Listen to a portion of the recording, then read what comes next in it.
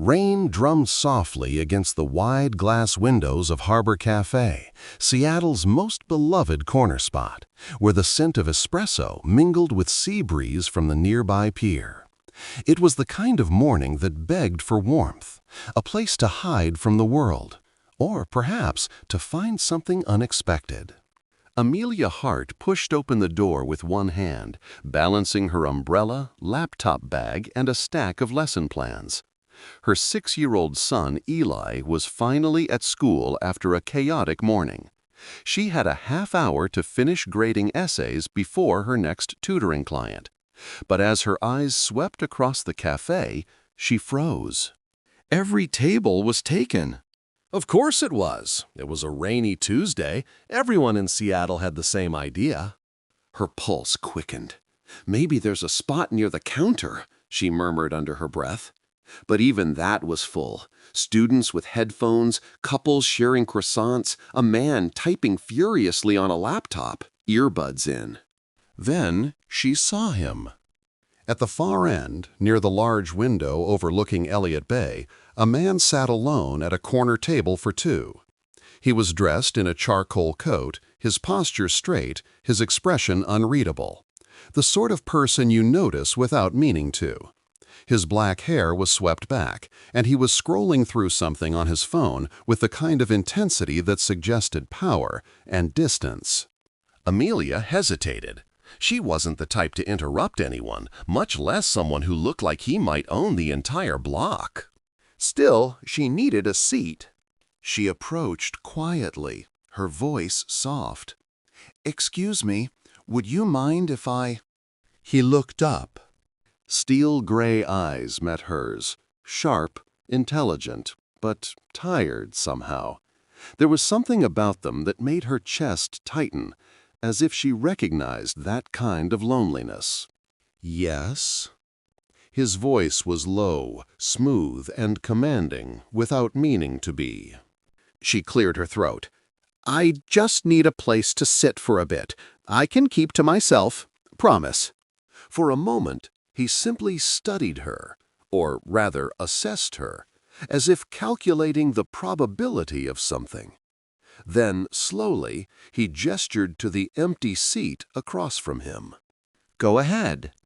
Relief flooded her. "Thank you."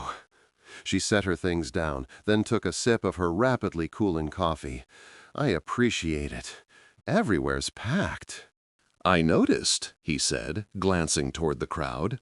Then, with a hint of wryness, "It's a miracle this place still serves coffee faster than it fills." She smiled faintly, unsure if he was joking. "You come here often?" He arched an eyebrow, the corner of his mouth twitching. "You're asking that like it's a pickup line." Her cheeks flushed. "Oh, no, I don't—" A quiet laugh escaped him. "Relax, I'm kidding." His tone softened. "It's fine. I come here sometimes to think. It's quiet. Usually." She noticed then that, despite his polished exterior, his laptop wasn't open, his phone was dark. He wasn't working, he was just there, thinking, or waiting. Amelia nodded, settling in. "Well, thank you again. I'm Amelia." A brief hesitation then, Elias. Something flickered in her memory. Elias, that name was familiar. But Seattle was a big city. She brushed the thought aside. They sat in companionable silence for a few minutes, the clinking of cups, the hum of conversation filling the air. Then, as Amelia opened her laptop, Elias leaned slightly forward. "You're a teacher?" he asked, eyes flicking to the stack of essays. "Part-time. Tutoring mostly. I used to teach full-time before." She stopped herself. Before her husband died. That was a story for another day. Or never. He didn't press. "You must be good at it." She smiled faintly. "I try to be. Kids keep me grounded." He nodded once. Grounding is underrated. Something about the way he said it, quietly, as if he meant it, made her glance at him again. There was a shadow behind his eyes, something he carried but didn't speak of, and she recognized that too. A kindred silence settled between them until her phone buzzed. A text. From unknown number. You shouldn't be sitting with him. Her heart stuttered. She blanked, staring at the message. Was it a prank? But how? Who had even... Elias noticed her expression. Something wrong? She swallowed hard. No, it's just wrong number, probably. She forced a smile and flipped her phone over. Her pulse wouldn't slow down. But even as she tried to return to her grating, she couldn't shake the chill crawling up her spine. Elias checked his watch, then reached for his coat. Listen, he said quietly, I'm about to head out, but if you'd like to keep the seat, stay as long as you need. Oh, thank you, she said, surprised. That's very kind. He hesitated. Actually, he looked at her for a moment as though deciding something. Would you do me a small favor in return? Her eyebrows lifted. A favor? He nodded slowly. You seem trustworthy, and I need someone who isn't part of my world. That was an odd way to phrase it. What kind of favor? He reached into his coat pocket and pulled out a small, sealed envelope, cream paper, unmarked, but weighted, like it held something important. Would you keep this for a few days? He said. If someone asks you for it, don't give it to them unless I contact you first. No questions asked. She blinked. That's kinda strange, don't you think? I know. His gaze was steady. But it's important, and I wouldn't ask if it weren't. Amelia's instinct screamed caution, but something in his voice, the quiet urgency, the vulnerability hidden behind calm, made her hesitate. Against better judgment, she nodded slowly. All right, she said, but I expect you to tell me what this is about eventually. He gave her the faintest smile. You have my word. Then he stood, buttoned his coat, and stepped out into the rain, leaving her staring at the envelope on the table. That evening, after tutoring, she placed the envelope in her desk drawer. She told herself she'd forget about it, just a harmless favor for a stranger. But as she tucked Eli into bed, her phone buzzed again. Unknown number. He's not who you think he is. Her throat went dry. She typed back before she could stop herself. Who is this? No reply. She stared out the window, watching the rain slide down the glass. Somewhere out there, Elias, or whatever his real name was walking the same streets. And someone clearly didn't want her near him.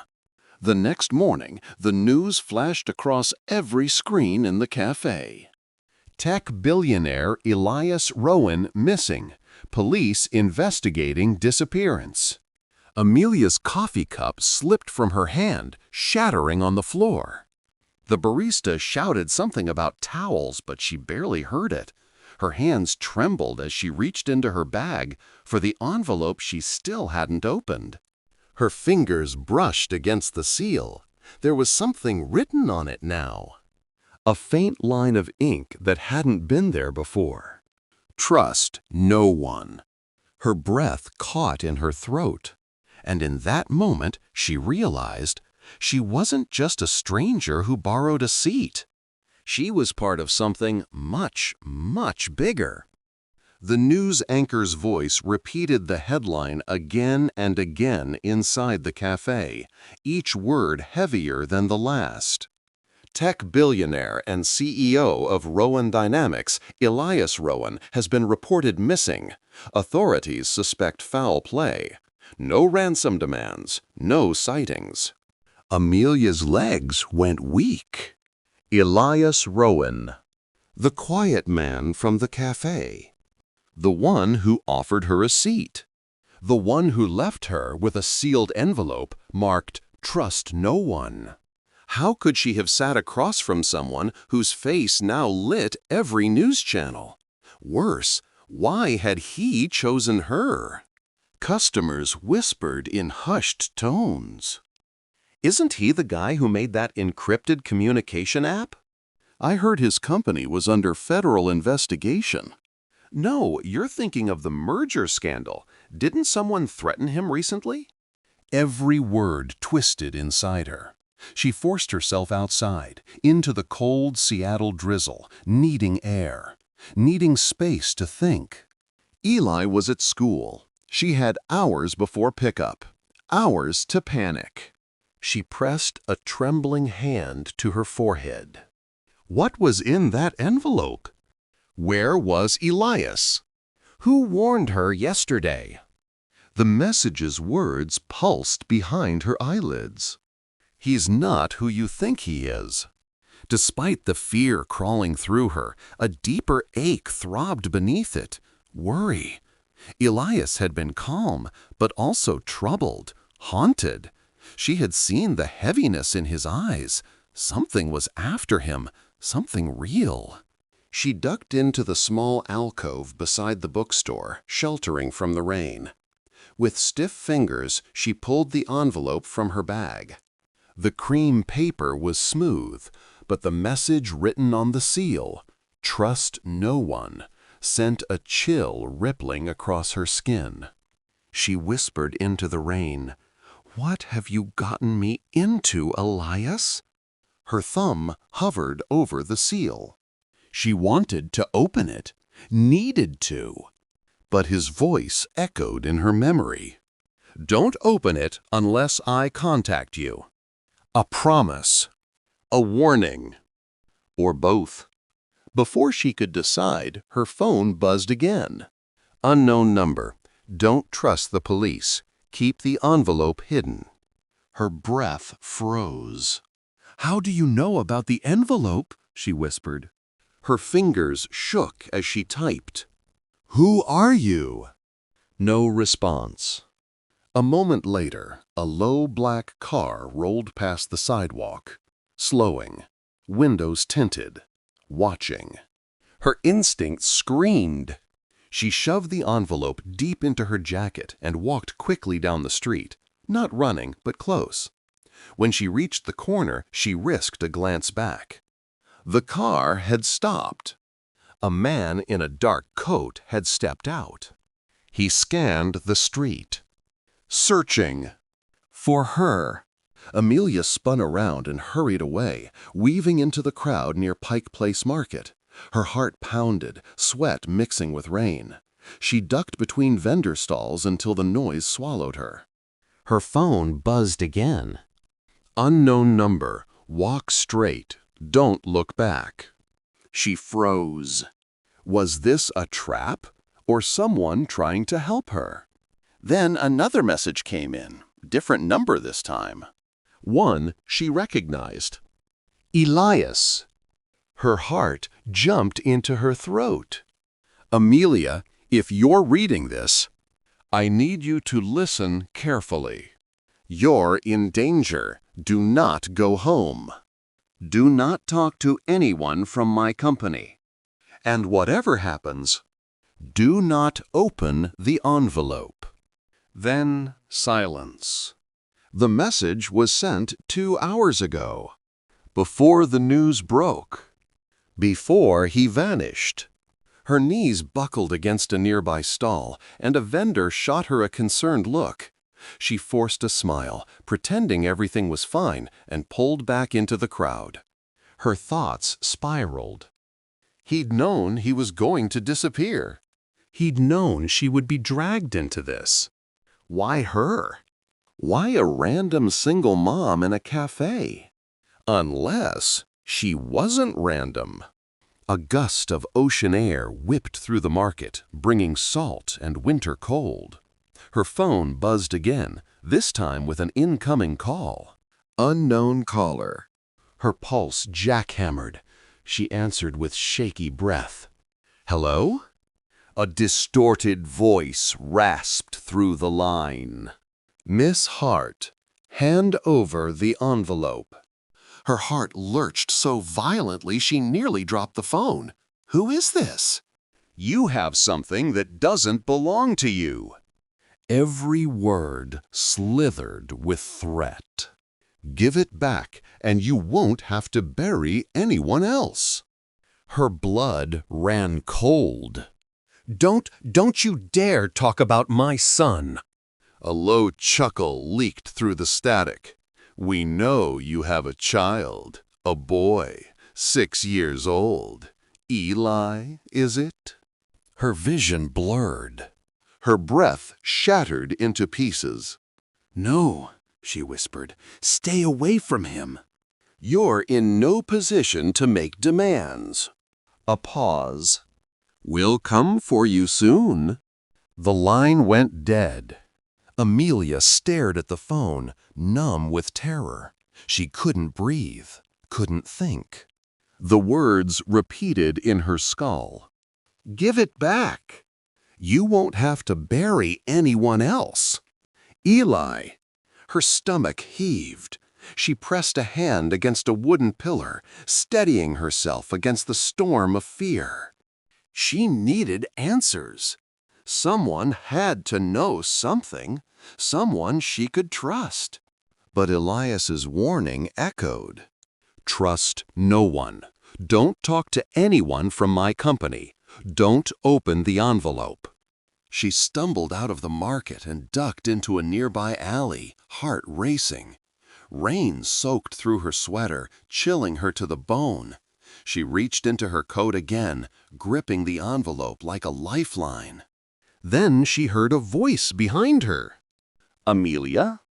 Her heart stopped. She turned. A man stood near the mouth of the alley, drenched in rain. Brown hair, tired eyes behind wire-rimmed glasses, familiar in a distant way. Julian Cade, Chief Operating Officer of Rowan Dynamics. Elias's right-hand man. She'd seen him in news articles, standing beside Elias at corporate events. And now he was standing 6 feet away from her. How do you know my name?" she asked, backing up a step. Julian lifted his hands slowly, palms out. "Please, I'm not here to hurt you. I'm here because Elias trusted you." Something in his voice trembled. But Amelia heard Elias's warning again. "Do not talk to anyone from my company." Her jaw clenched. "You shouldn't be here." Julian glanced around nervously. "Look, I know he gave you an envelope. I know he chose you. I'm not trying to take it from you, not unless you want to give it to me. I just need to know if he said anything else." She tightened her grip on the envelope, hidden inside her coat. "Why should I trust you?" "Because," Julian whispered hoarsely, stepping closer, "if you don't, we're all dead." Her breath hitched. Julian's voice shook. Elias didn't vanish. He was taken. Amelia's heart slammed painfully. By who? Julian swallowed hard, rain dripping from his lashes. By someone inside the company, someone powerful, someone who's been after Elias's research for years. "Research?" Amelia echoed. "What kind of research?" Julian hesitated, then whispered, "A program that could expose the biggest corporate espionage ring on the West Coast. Names, transactions, crimes, all of it documented. Elias was going to go public." He looked at her meaningfully. "And he hid the encryption key inside that envelope." Her blood froze. But before she could respond, footsteps echoed behind Julian. Heavy, fast. His expression shattered into fear. "Run!" "What?" "Run!" he shouted, just as 2 figures in dark coats rushed into the alley. Amelia didn't think. She bolted, splashing through puddles, rain whipping her face. Behind her, she heard shouting, a struggle, a muffled cry. "Julian!" Then, a gunshot. She screamed, but didn't stop. Her lungs burned, her heart clawing at her ribs. She burst out of the alley into a busy street, nearly colliding with a bicyclist. Horns blared, people cursed. She didn't slow. She ran until her legs buckled, collapsing behind a bus stop several blocks away. Rain streaked down her face, mixing with tears she barely noticed. Julian was dead. Killed because of the envelope. Because of Elias. Because of her. Amelia curled into herself, shaking uncontrollably. Then her phone vibrated one more time. A new message. From Elias. But sent just 1 minute ago. Her breath stilled. Amelia, they found me. Don't trust anyone. If you want to save your son, meet me at Pier 14, midnight. Come alone. Bring the envelope. She stared at the glowing screen, terror swallowing her whole. He was alive. But if she went to him, she might be walking into a trap. And if she didn't... Eli. Lightning split the sky. Midnight. Pier 14. Her fate was set. Midnight cloaked Seattle in a damp, spectral haze. Fog coiled over the docks like ghostly fingers, muffling the world in a muted gray. The harbor, usually alive with chatter and ferry horns, was eerily quiet. Amelia stood at the far end of Pier 14, her coat wrapped tight around her, the envelope pressed against her chest. Her breath rose in trembling clouds. She had left Eli with her neighbor under the excuse of a last-minute tutoring emergency, praying she'd return before morning. Her heart pounded with every tick of the clock in her mind. Elias. Alive. Or someone pretending to be him. Either way, Eli's life was on the line. Waves slapped against the pier's wooden posts. A distant buoy bell clanged through the fog. Then, footsteps. Slow, deliberate, echoing across the wooden planks. She held her breath. Through the fog, a figure emerged. Tall, dark coat, familiar gait. Elias? She whispered. He stepped closer, his face becoming visible, and her breath hitched. It was him! He looked nothing like the composed man she'd met in the café. His hair was disheveled, his jaw shadowed with days of stubble. A bruise darkened his cheek. His gray eyes burned with exhaustion and something deeper, a mixture of anger, fear, and relief. Amelia! His voice cracked slightly. Thank God you came. She took a step toward him before stopping. But how do I know it's really you? He nodded, understanding. In the café, you had a red pen with teeth marks on the cap. You chew on it when you grade essays. Her chest tightened. It was him. She moved closer. What happened to you? Who's after us? Elias swallowed, glancing over his shoulder. We don't have much time. Someone inside Rowan Dynamics betrayed me. Someone high up. Julian said that, she whispered. He tried to warn me, but he was... Her voice broke. Elias's eyes darkened. I heard the gunshot. They killed him. They're tying up loose ends. And they're coming for that envelope. Her fingers tightened around it. You said there's an encryption key inside. He shook his head. Not just a key, the key. Confusion furrowed her brow. Explain.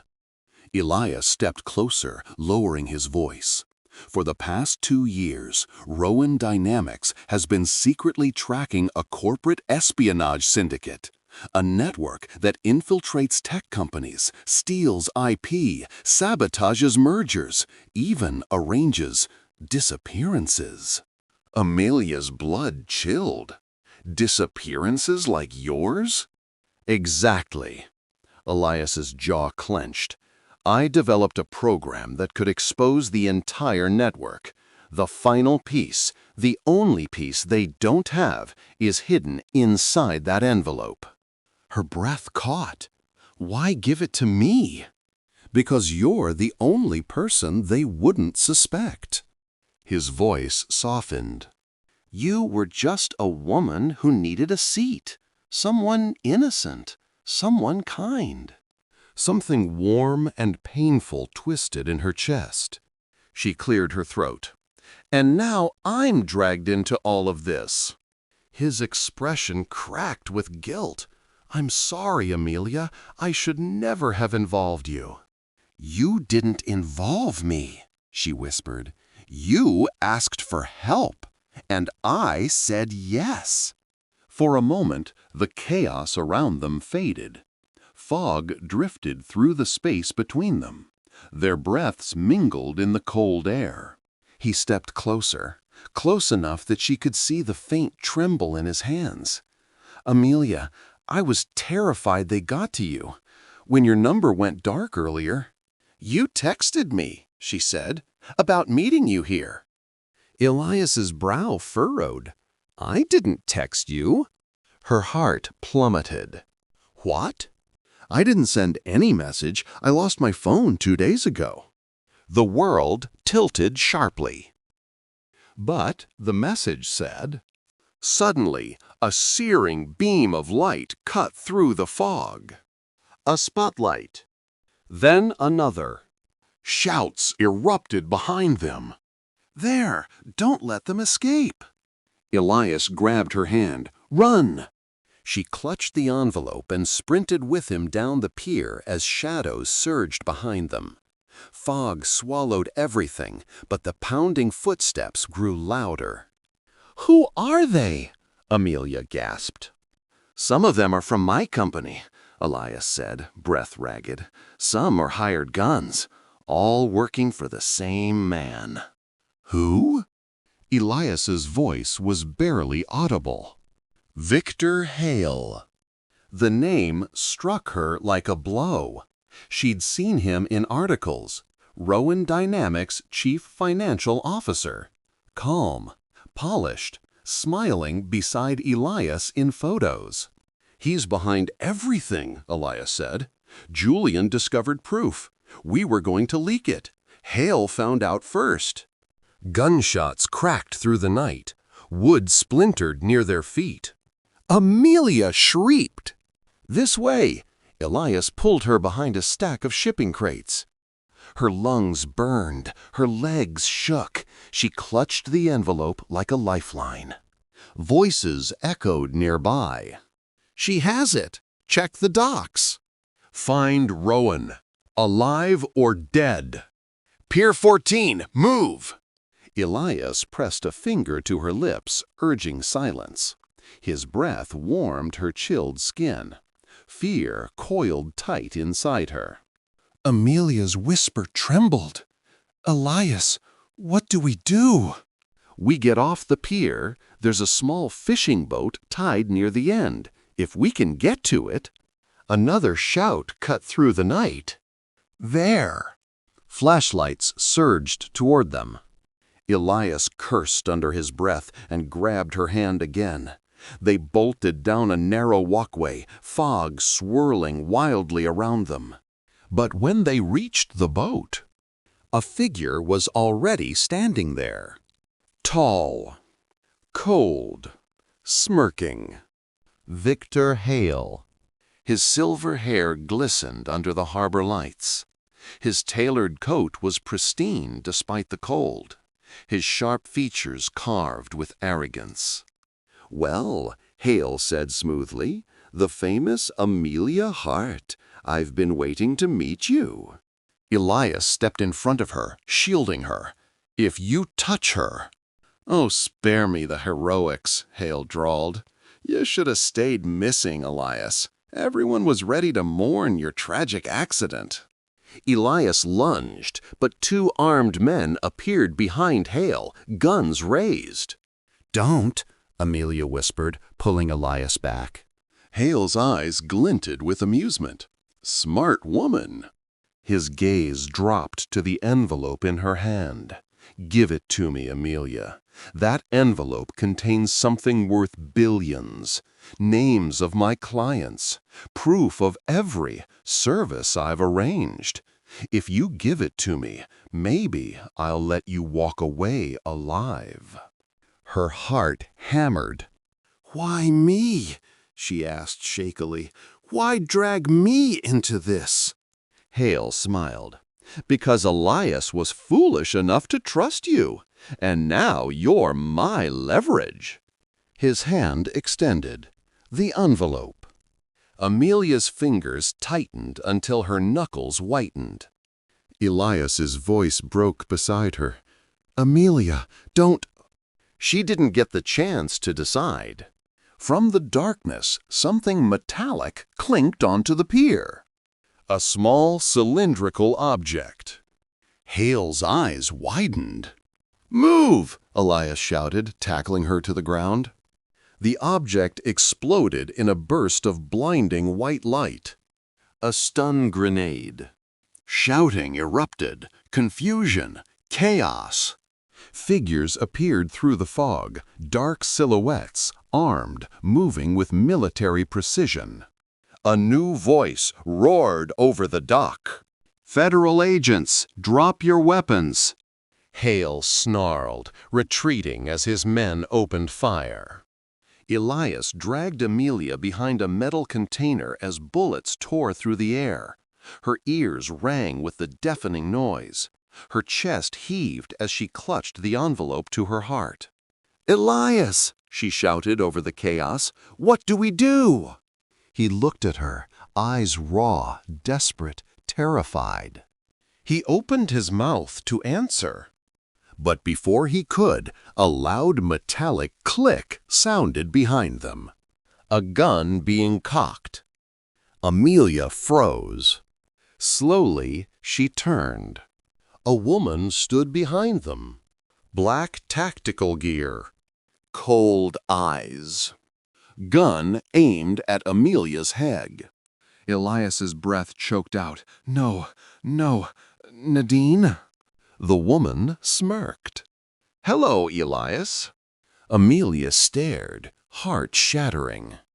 This was Nadine Vale, Rowan Dynamics head of security. Elias's longtime friend. And the media had always speculated, his secret lover. But her eyes burned with betrayal. You never should have trusted her, Nadine said coldly, nodding at Amelia. That was your mistake. Amelia swallowed hard. Nadine, please. You, Nadine sneered, have caused enough problems. Her finger tightened on the trigger. Elias surged forward. Don't you touch her! But Nadine shifted her aim. Straight at Elias. No! Amelia screamed. The gun fired. A single, deafening crack. Elias staggered back, clutching his side, blood blooming across his coat. Elias! Amelia cried, catching him as he collapsed against her. Nadine stepped forward, smirking. Give me the envelope, Amelia, or I swear you'll watch him die slowly. Amelia's hand shook violently as she held the envelope. Her world narrowed into a single, unbearable choice. Give up the envelope, or lose Elias. Her heart tore in two. Fog swirled, red and blue lights flashed. Elias's blood stained her hands. His eyes burned into hers, pleading, pained. Amelia, he whispered, voice shaking. Don't give it to her. Nadine cocked the gun again, aiming at Amelia this time. Your move. The world contracted to the cold metal of Nadine's gun barrel and the warmth of Elias's blood soaking through Amelia's fingers. Fog drifted around them in heavy swirls, turning Pier 14 into a ghostly battlefield. Federal agents shouted orders in the distance, Hale's men returned fire, and the air vibrated with chaos. But all Amelia could see was Elias, pale, gasping, fighting to stay conscious. "Don't give it to her," he rasped. Nadine stepped closer, boots echoing on the wet planks. "Give me the envelope, Amelia. You can't save him otherwise." Amelia's trembling hand clutched the envelope so tightly the edges cut into her palm. Her mind screamed with 1,000 fears. Eli, Elias, death, choices, but somewhere inside her, a steel core hardened. She rose slowly, still shielding Elias with her body. "Nadine," she said, her voice more steady than she felt, "why are you doing this?"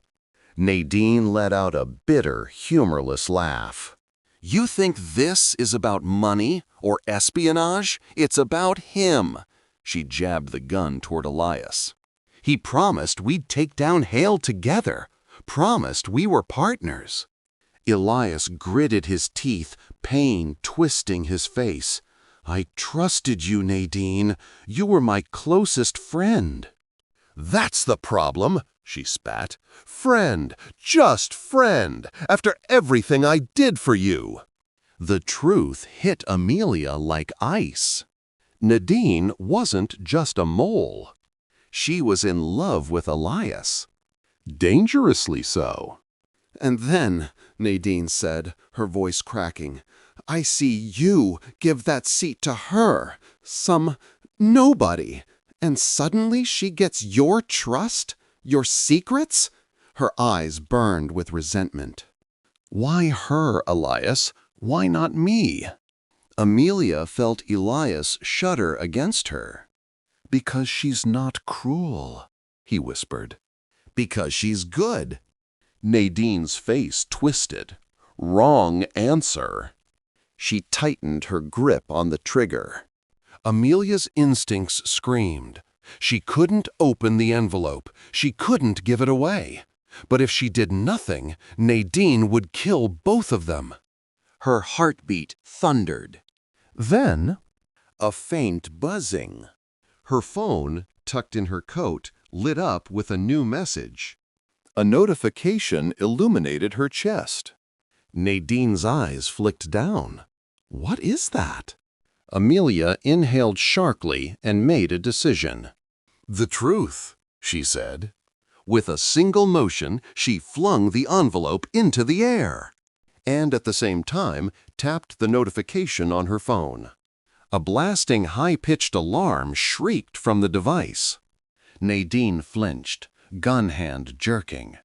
The envelope fluttered in the air like a pale bird.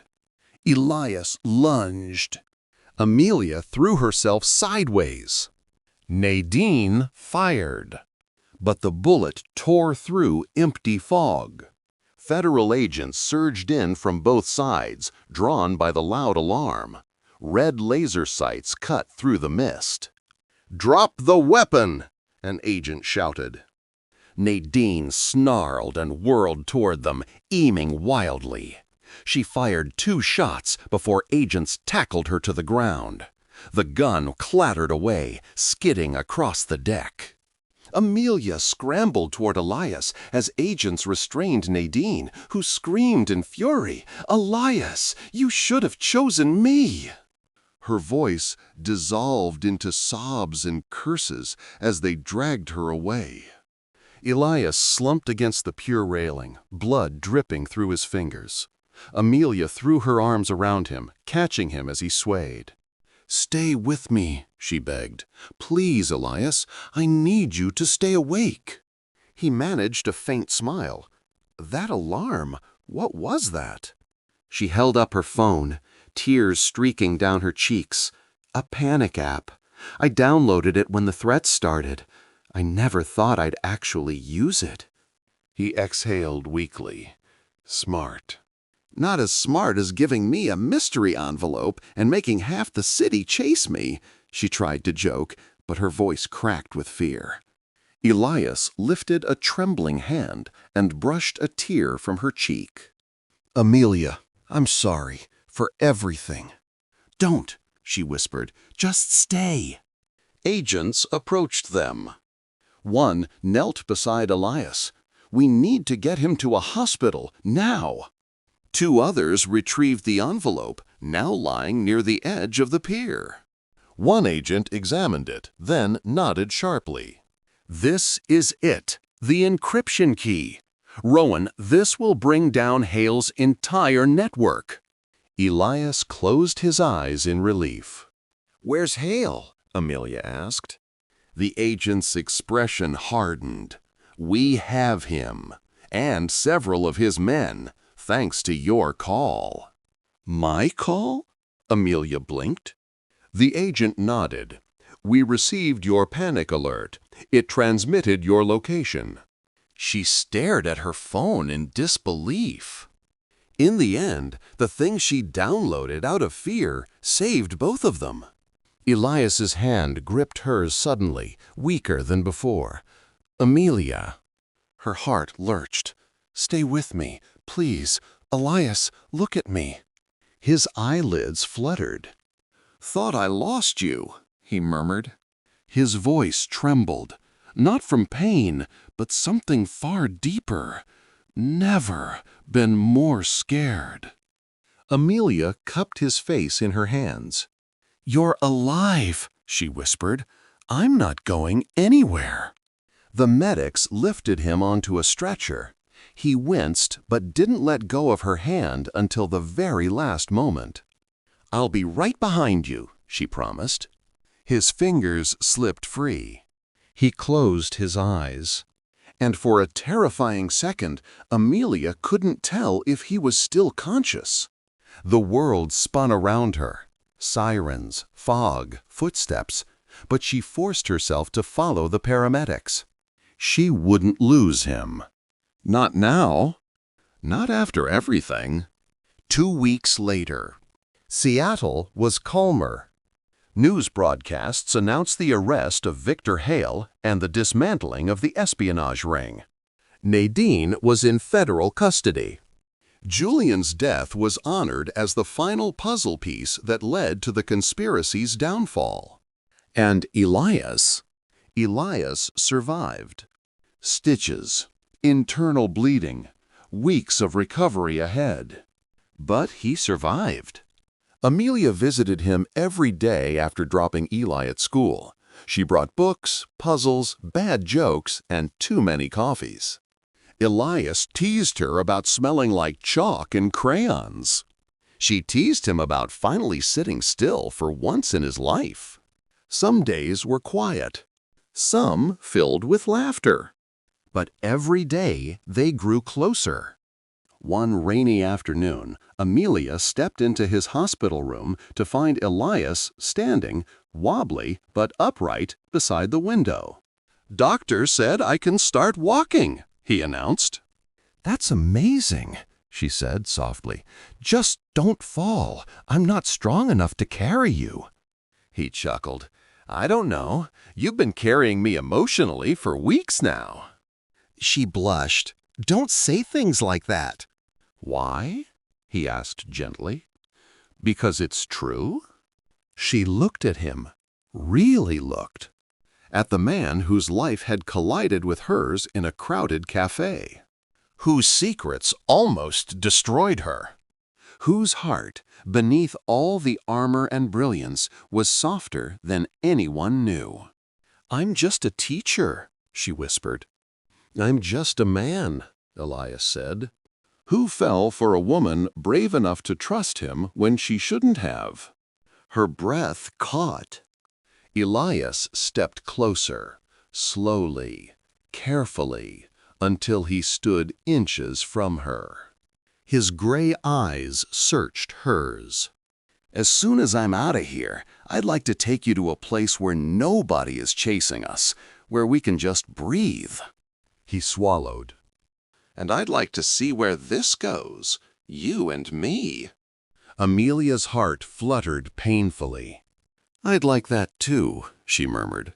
He smiled, a real unguarded smile, and brushed his hand against hers.